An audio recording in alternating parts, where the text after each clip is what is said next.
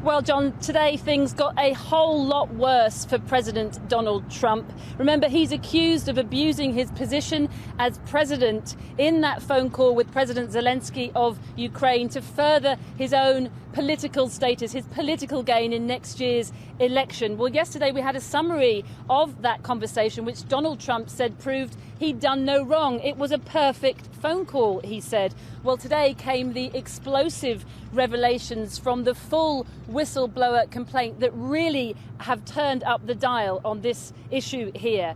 The two most serious being that White House officials sought to bury, to lock down in the whistleblower's words, the conversation, the details of that phone call, especially the word-to-word transcript that was then produced, and further that transcript was removed from the normal computer system and was instead sequestered away, the whistleblower alleged, in a classified portion of another system that was used for especially sensitive material.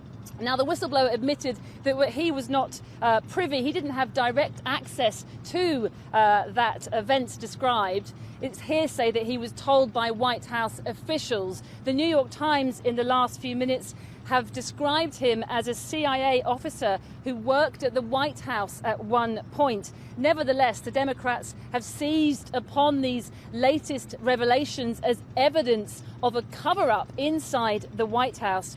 President Trump, though, in an extraordinary response, described the whistleblower as close to a spy and said that in the old days, spies were dealt with differently.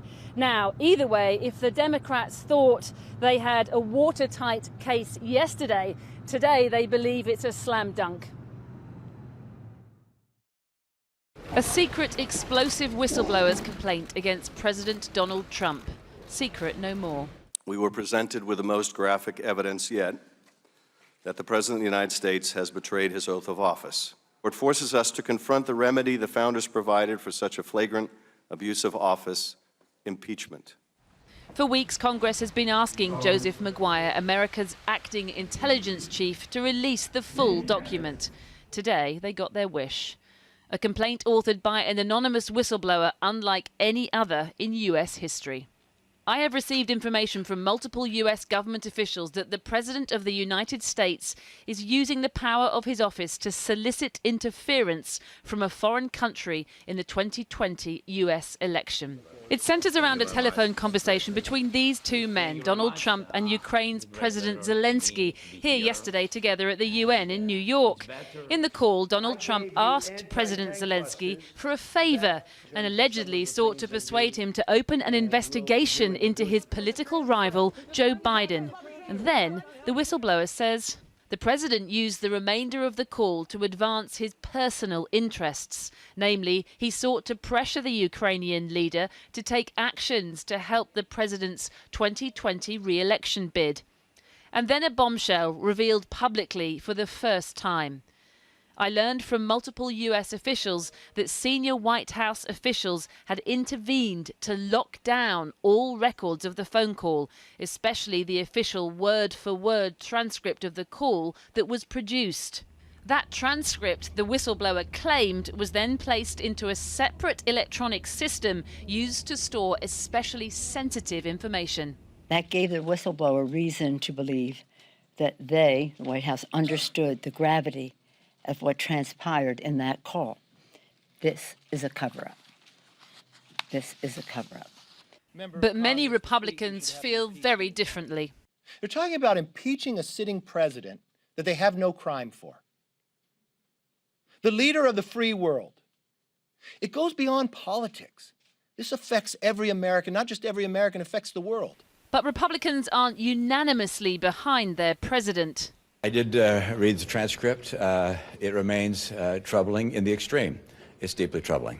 President talking about the race for 2020. In his complaint, the whistleblower refers to this moment when President Trump, in an ABC News interview, admitted he'd be open to receiving dirt on his political opponents. If somebody called from a country, Norway, we have information on your opponent. Oh, I think I'd want to hear it. We now know he appeared to seek it. We also know that on July the 18th, a week before the call, President Trump ordered nearly $400 million worth of aid to the Ukraine to be frozen. Then, on July the 24th, Special Counsel Mueller testified to Congress over his investigation into Russian interference, which the president claimed was a failed witch hunt to bring him down. That scandal dealt with the very next day. He called President Zelensky. I am not partisan, and I am not political. Today, Intelligence Chief Joseph Maguire admitted he could have disclosed the whistleblower's report to Congress, but held back because the allegations were subject to executive privilege. A privilege that I do not have the authority to waive. President Trump left New York today, arriving back in D.C. under more pressure than at any other point in his presidency. The Democrats now believing they are armed with enough evidence not only of abuse of power, but of a cover-up too. My call was perfect. The president yesterday of Ukraine said there was no pressure put on him whatsoever, none whatsoever. And he said it loud and clear for the press. What these guys are doing, Democrats are doing to this country, is a disgrace, and it shouldn't be allowed. Whatever the president says, as more details are revealed, the fury over his phone call with President Zelensky is mounting. So too are demands for Donald Trump to become only the third president in American history to be impeached. Siobhan Kennedy reporting. Well, joining us now from Washington is Dina Bass, Republican strategist and former Deputy Chief of Staff to Housing Secretary Ben Carson, and former Breitbart spokesman who was a Republican but is now a Democrat, Kurt Bardella. Dina Bass, do you believe any of this, for a start? Well, first I should say that I am not a Trump apologist. I am a conservative. I am a Republican. And I will say that I, like many reasonable people, clutch my pearls at some of the things that the president does and says. I will say on this matter, I believe that the Democrats are reaching too far. I feel like this is not about what happened on a call on July 25th. This is all about November 2020, and it really is about the election. They do not believe that they can beat the president based on their record and his. So I feel like they are in the same as they did with the Russia investigation. They are trying to do anything to impeach him or to cast shadows on his great record. And this is the next step, the next phase in their plan. You are shaking your head, Kurt Bardella. Well, John, that's just purely nonsensical. First of all, every poll right now shows the president's underwater. His approval's underwater. He's losing to a number of the possible Democratic nominee candidates. The reason why it's taken so long for the House to even move forward with potentially impeaching the president is because they were worried that the politics were actually bad for them. Politically speaking, this may not be the best course for them for 2020. The reality is this has come out. A whistleblower has come forward. There is a report saying that the president tried to extort another foreign country into doing his dirty work. That's the bottom line. That's the most important thing right now that's at stake. The entire credibility of this country, the entire credibility of our election process, and allowing that to go unanswered and unchecked is absurd. And I'll tell you, as someone who worked for Republicans, who worked at the Oversight Committee during the Obama years, I can tell you they would never have let this thing go either. Well, Dina Bass, I see you shaking your head. No, I agree with him. I agree that I do not believe in selective outrage. And I think that if Republicans had this type of information on Democrats, they would certainly be like a dog without a bone, a dog on a bone, and they would do the same thing. But what I want to do as an American is look, we have the transcript. The president has been more forthcoming than I think he probably should have been in releasing his private conversations with a fellow head of state. So we have the transcript. We have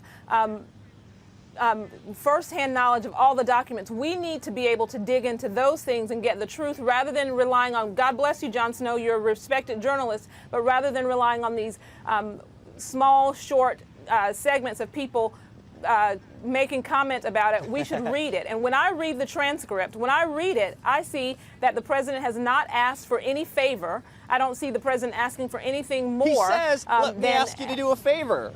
But I've now read the document myself. That's what it says. I mean, the fact is a favor. He's not holding back funds if this favor is done. I feel like he definitely has made a point of mentioning the Biden issue, and which is an issue that we in America are completely forgetting, the fact that he's actually asking about illegal actions that could have taken place by our former vice president. But the idea that he's saying that we will withhold funds if this action doesn't take place, that is not, I do not read that in the transcript at all. Well, I've read the transcript, and I must say there is a variance of opinion. But let me just come to you. I mean, Kurt Bardella, this is a situation in which he is accused of attempting to nail his opponent in an upcoming election. Maybe Dina Bass is right. That's not an offense. It's not dealing with anything current. Well, I would say this.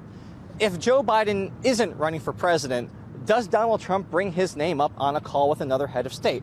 Of course he doesn't. It is illegal in this country for a foreign country to provide any type of support to a political campaign. It's not allowed. It's against the law. What Trump is doing is asking another country to do his dirty work for him. And the chronology, if you look at it, the reality is, John, a couple days before that call, Trump has the aid to Ukraine cut off. After the call, all of a sudden, all of this becomes public. Now the aid is back on. Why do you think that is? It's common sense. What we do need, though, at the end of the day, is an investigation finding out who knew what when, what actually happened, who were the witnesses who saw this go down, who got instructed to take the aid away, who got instructed to give it back, what the entire sequence is. Let's get the facts. I agree with her on that. Let's get the facts. Something tells me the president doesn't want that to happen, though. Dina Bass, what seems to be absolutely clear here is that he did ask for damaging material against a potential opponent. You're just saying, well, that doesn't matter, correct? No, I do believe that it matters. I think that these things need to be exposed. We need to understand the fullness of the conversation. We have the transcript, but I think what happens now is that we look at the. But see, and that's the thing. I think one thing that we cannot dissect in this small conversation, we should have more conversations about it. The cover-up, this idea, and I worked in an agency, so this idea that career professionals would actually go to the extremes to cover up this information. Your audience may not understand it, but in America, we have career professionals who work work in these agencies independent of party affiliation. I was an appointee, so I was a political appointee, but we're talking about career professionals who have 10, 20, 30 years of service, who are not necessarily loyal to the president, Republican or Democrat. They are career professionals. Okay. So now we have this idea that there's a cover-up because career professionals are going to actually doctor documents that in advance of their release. That's ridiculous. Okay. There's nothing about that makes sense. One word from Let's just you, be Kurt. clear about this. A career professional has come forward.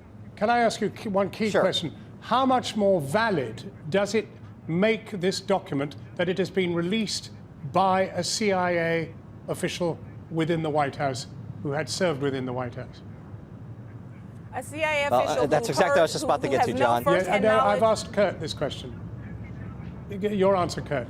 A career professional, a CIA officer has come forward and said this happened, and who has extensive experience in foreign policy, extensive experience in the relationship between Ukraine and the United States. The fact that it comes from that type of source tells you there's a there, and I think Congress is going to get to the end of it. Right, Kurt Bardella, thank you very much indeed. And Dina Bass, thank you. The Dems thought there was there in the Russia investigation as well. I'm sorry, we must leave it, but thank you very much indeed, both of you.